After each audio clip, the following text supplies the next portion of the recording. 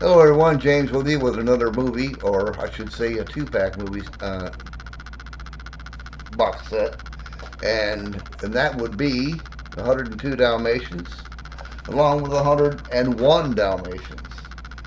Now, 101 Dalmatians, as you know, is a spin-off of the 61 animated feature by Walt Disney, and very good adaptation, if I may say so myself. But in 1996, Disney decided to come out with a live action version of the film. It was filmed in 1996, starring Glenn Close, Jeff Daniels, Jolie Richardson, along with Hugh Laurie as Jasper and Mark Williams as Horace. Mark Williams, you may uh, remember, played Mr. Weasley in the Harry Potter series. The film cost $67 million to make. It grossed at the box office 320.7 million big ones. Now, a lot of people, Disney just has just released a movie called Cruella.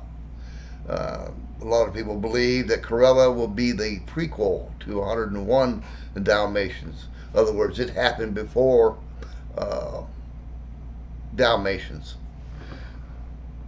We'll see. I put an order in for it, and we're going to review it.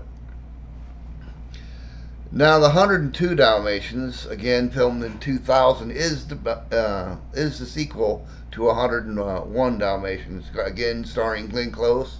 She reprises her role as Cruella DeVille.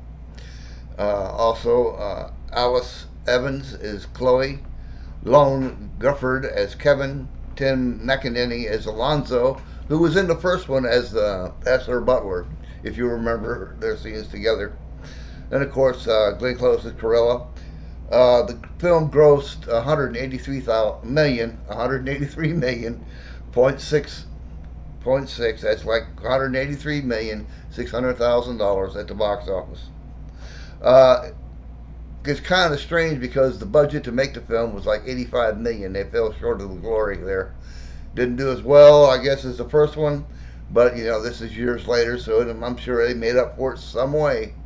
Okay, our two stories are, of course, we know that Corella happens to see Anita's drawing of the of her Dalmatian coat, who she was sketching just for the heck of sketching, and she fell in love, and Corella fell in love with the idea, and since our story begins, Corella starts stealing puppies to make the puppy coat, and long story short, she failed to do it, failed to do the mark.